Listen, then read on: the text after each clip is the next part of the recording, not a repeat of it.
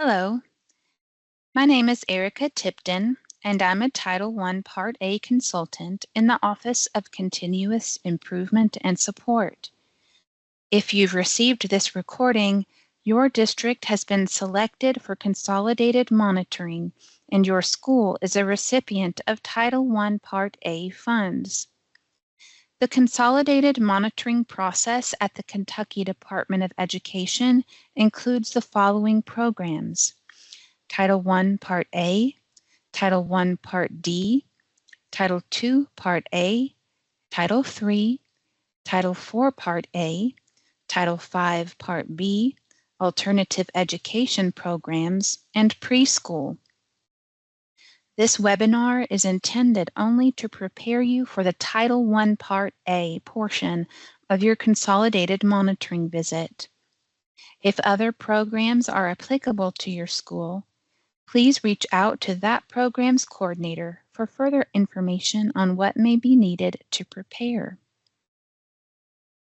Before we talk about specifics for preparation, let's talk briefly about the purpose of our monitoring visit.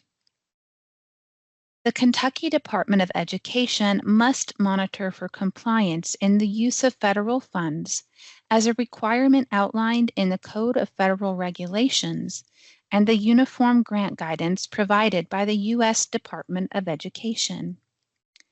And while compliance is part of our visit, we do also view monitoring as an opportunity to celebrate your successes and a time for KDE staff to provide focused technical assistance and education on program implementation. We know that monitoring can seem intimidating, but please know that we are there as colleagues. While part of our visit is compliance-based, we truly want to partner with you so that we can help you reach your goals for improvement and use your Title I funds and programming to make an effective impact on your students, families, and community. Additional information is available on KDE's statewide consolidated monitoring webpage. And as an aside, when you received the link to this webinar, you should have also received a PDF of this PowerPoint so that you can access the links referenced throughout the presentation. At this point, you may be asking, where do I get started? School-level resources for preparing for a Title I visit are located on the Title I Part A Documents and Resources page and include monitoring checklists outlining the indicators KDE staff will focus on during evidence review and interviews. Separate checklists are available for school-wide programs and targeted assistance programs. We also have parent and family engagement policy and compact resources, including frequently asked questions, policy and compact checklists outlining the required components of each document, and editable policy and compact templates that schools may use when creating policies and compacts of their own. Take some time to review these resources as you prepare for the Title I visit, and use the checklists not only as a guide for collecting your evidence, but as a self-assessment tool that can give you a good gauge of where you are with your current Title I programming and where you need to go. While we won't spend time going over each of these tools in this webinar, let's take a quick look at the school-wide program checklist, since most schools we visit will fall into this category. The school-wide checklist is broken down into 3 sections: the Needs Assessment and School-Wide Program Monitoring section, School Program Design and Effectiveness, and Parent and Family Engagement. Each section will have several questions related to the topic and will provide you with a list of suggested evidence. For example, in question 3 of the Needs Assessment and School-Wide Program Monitoring section, we would like to see survey results and analysis, meeting agendas and detailed minutes, or other strong pieces of evidence to demonstrate how the school engaged all of its stakeholders in providing feedback toward the needs assessment and the development of the CSIP. Title I Part A evidence is submitted either through SharePoint or Title I Next, depending on whether your district and school opted to participate in Title I Next. If you are housing evidence in Title I Next, the KDE staff assigned to your visit will receive temporary access to review the documentation in your account. This access will be removed when the monitoring visit is closed out. If you will be using KDE's SharePoint site, KDE will provide access to your district. The District Title I coordinator provides KDE with a list of staff who need SharePoint access. Some districts may find it easier to have documents submitted to the Title I coordinator, who then uploads everything to SharePoint, whereas others may want to add access for principals to upload their own evidence. We do leave this decision up to the discretion of your Title I coordinator, so check in with your contact for how your district will decide to provide all evidence. SharePoint and Title I Next folder structures are designed to align with KDE's monitoring checklists. Uploading evidence in the appropriate folder makes it easier for us as reviewers to locate the correct document. Required evidence must be submitted 2 weeks prior to your monitoring visit, although the earlier the better. Having your evidence submitted 2 weeks or earlier before the visit helps ensure KDE staff have ample time to review prior to the visit. Reviewing evidence beforehand helps us determine what follow-up questions to ask during our interviews. Please refrain from submitting links to documents stored in an online space, such as Google Drive. There are several reasons for this requirement. We need to be able to control who has access to the documentation and for how long, which we cannot do through a district's Google Drive. We also need the documentation to be stored in accordance with a standard file structure, as this enables us to more quickly navigate the evidence. Additionally, KDE archives monitoring documentation in a secure SharePoint site per our record retention processes. Maintaining all documentation after the fact is our responsibility, and we need that documentation to be stored in a location that we control. You are the expert on your school.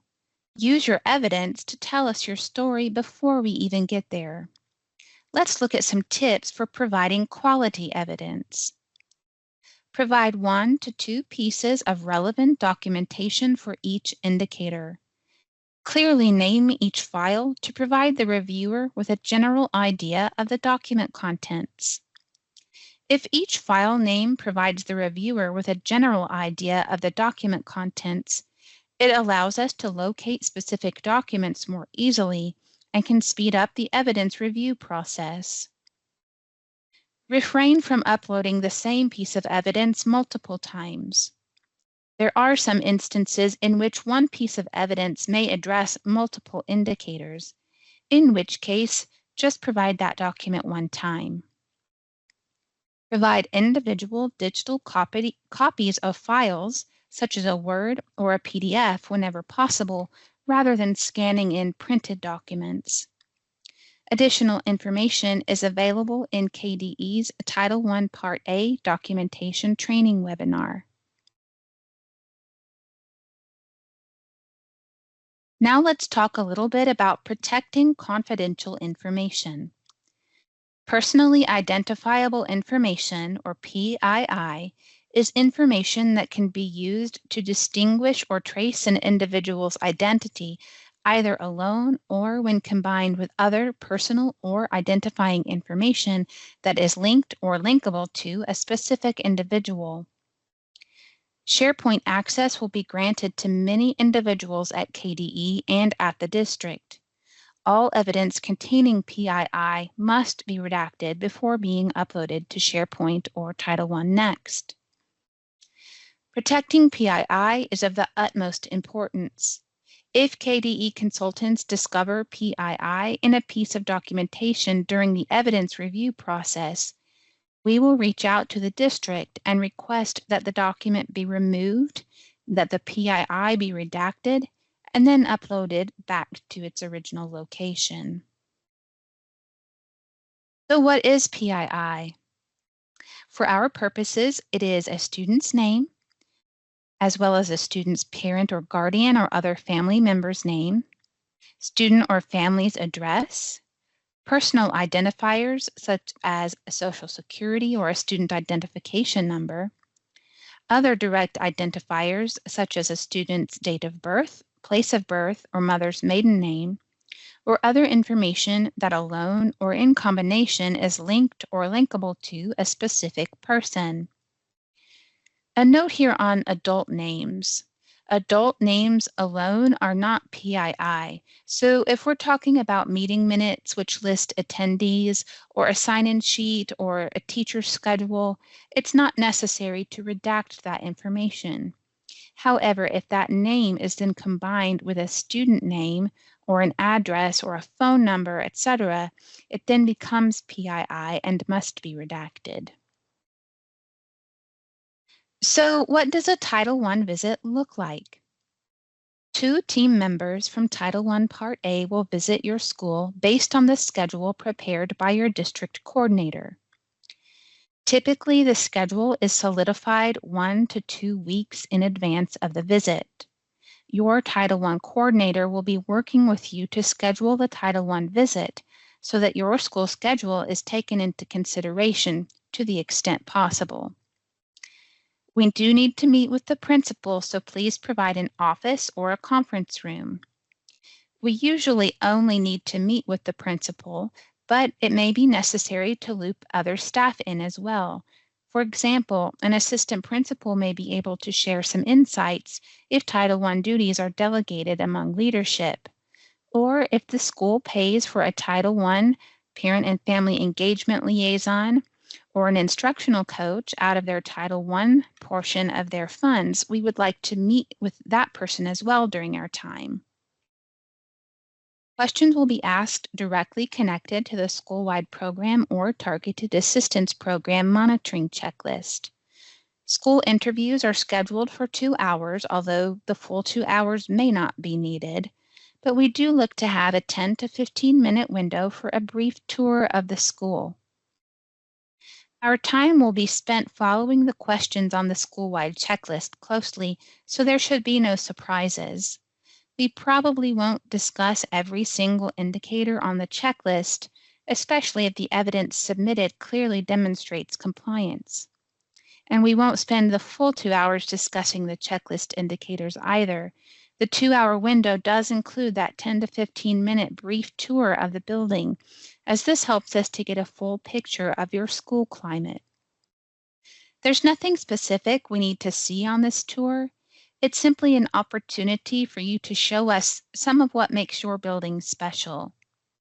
We like to end our interview by providing you with an opportunity to share some of your school's strengths. These don't have to be Title I specific, just a few things that you're proud of. And finally, we'll save some time for any questions you may have about Title I and areas where we may be able to provide support.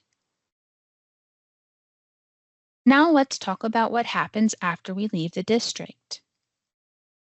If during our discussions we find that you have some evidence available that was not initially provided, you do have the opportunity to provide that additional evidence during the interview time, or you may submit it to your school's SharePoint Drive or Title I account up to 1 week post-visit.